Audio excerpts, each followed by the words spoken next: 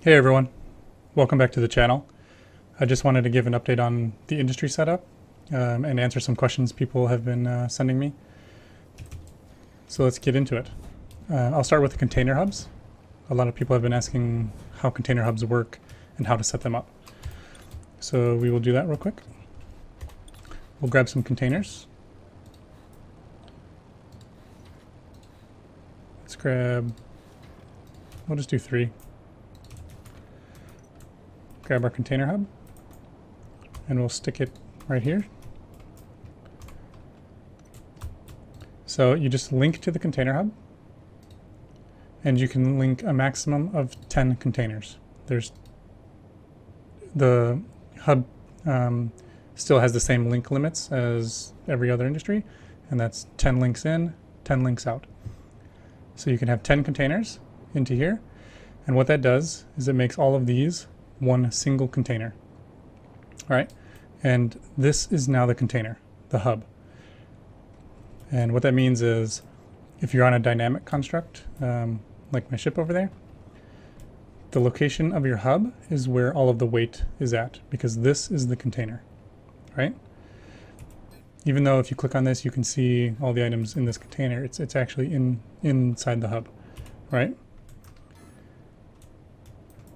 So also note that because these are all one single container, you can no longer link to these containers or from them, right? Everything has to go through the container hub.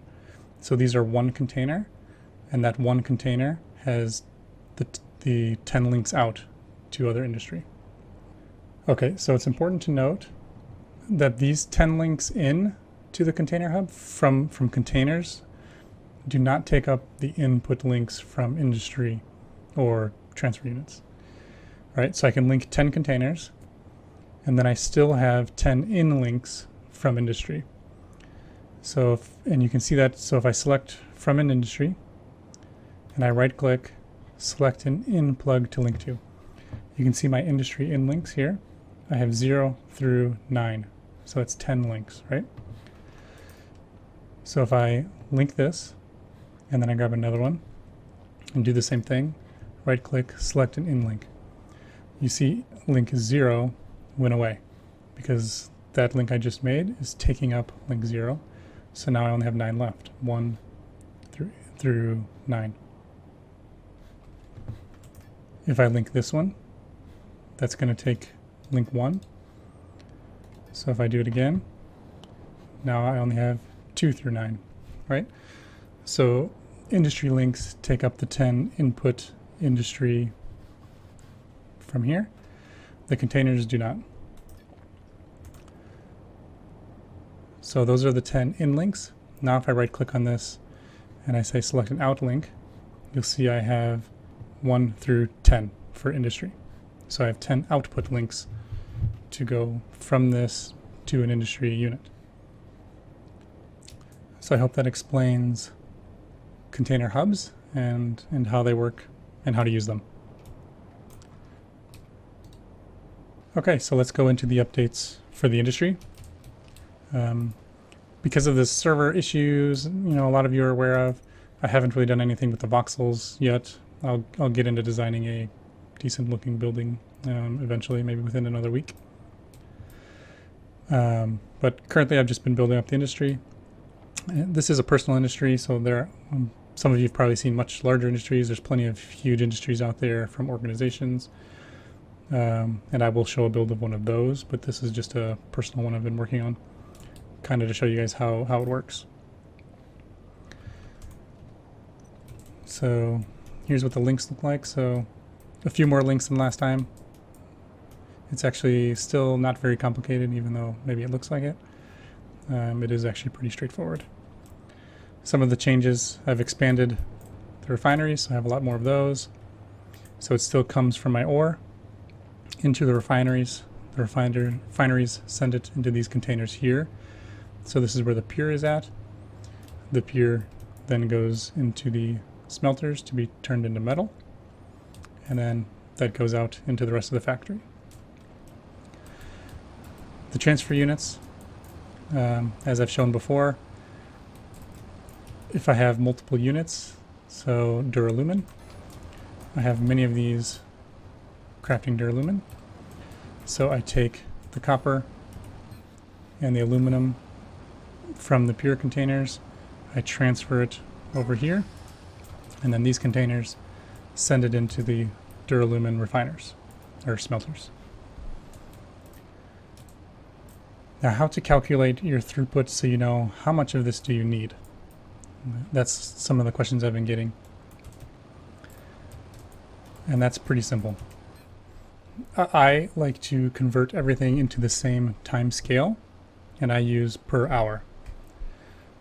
So you see, currently you can look at a recipe and it tells you how much it makes and how long it takes. So this is going to make, with my skills, 81.75 duralumin every 11 minutes. That's 7.43 every minute, which is 445.9 every hour, right? Let's look at how much it consumes. We'll start with the copper. 91 every 11 minutes, right? Which is 8.27 every minute, which is 496.36 per hour. Okay, so it's consuming for the copper almost 500. We'll round up, so 500 per hour. So let's look at the transfer unit. Transfer unit can transfer 100 every 10 seconds. All right, so it can actually transfer 600 per minute, which is 36,000 per hour. Okay, so one transfer unit can transfer 36,000 per hour, and one machine consumes 500 per hour. So one transfer unit can handle 72 machines, right? And I only have 6 right now. And so that's why this is efficient. Now, how can one transfer unit send items to 72 machines? Well, one can't do that by itself, but I can chain these together, so I'm still only using one link from the source, right? And I can do that 7 times, so I can make, well, I can do that unlimited times, but to get to 72, I have one link coming from the source into here. I would build up 9 machines, and then the 10th link from the container would go to another transfer unit. So you can chain them together. And you can do that until you got 72 machines. Once you got beyond 72 machines, you would want to take another transfer unit from the source and start over, because this one would start to bottleneck if you were running all of them at the same time, which would take an extremely large factory to do. So it's not really necessary at that point, but that is how you can calculate your throughput.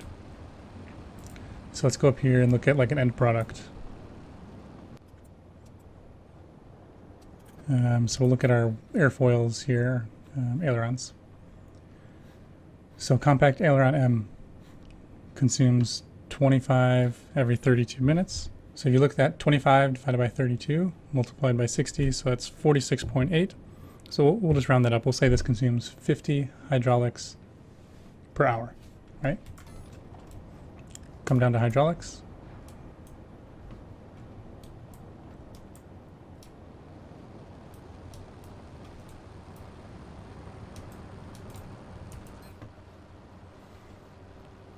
Hydraulics are 1 per minute, so 60 an hour.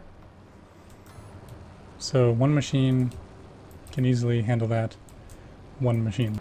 So I have 10 of them, right, at 60 per hour, so 600 an hour. So I can power many machines without bottlenecking, as you can see. So that's kind of how you plan your throughput and calculate. I like to, like I said, put everything into the same time scale. Otherwise, it can get confusing when you're looking at this makes, 3 a minute, and then when you're looking at Okay, let's go to like a long craft. When you're trying to calculate per minute, you take something like a core unit.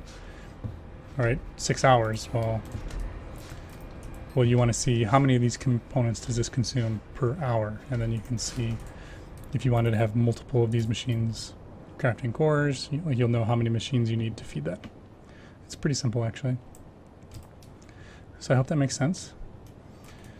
Now, with this factory, I have everything, as you can see, coming down here, or nearly everything. I have it all consolidated, so all the assembly lines send everything down here so I can grab whatever I need at a time. So if I want those airfoils I just showed, they're all right here. All right, if I need, some space engines, everything's organized and consolidated, right? So I can grab whatever I need and it'll just automatically refill it. So it kind of simplifies it. So this factory makes everything in all these categories. And I also have some things I haven't sent down here yet, just miscellaneous stuff. Windows, piloting chairs, lights, screens, a lot of other things that are kind of spread out through here. Eventually I'll have everything come down in one place. If members want things from the factory, they can drop off ore and pick up items here if they reach out to me. So that's what that's for. And yeah, that is pretty much it. So I hope this explanation answered some questions. Maybe it gave you some more questions you can ask about. If you do have any other questions, go ahead and ask them in the comments below, or you can join the Infinity Corporation Discord, which I'll also link below, and you can ask them there. In the next video, we're going to take a look at my ship here. This is still my starter ship. I haven't done much to it. What I'm going to do soon is actually tear this thing apart and rebuild a new ship and show how to handle lift calculations, thrust calculations, and determine how much weight you can carry. I'm rebuilding it because this thing, as you can see, it's a single layer piloting chair right up front here, and with the PvP that's been taking place recently, this would die in probably a single shot from a large cannon or a large railgun. And so I want to prevent that, so we're going to rebuild this and have a little bit more defensible hauler. Okay, so stay tuned for that. That'll probably be within the next week. And again, thanks for stopping by, and I will see you guys around.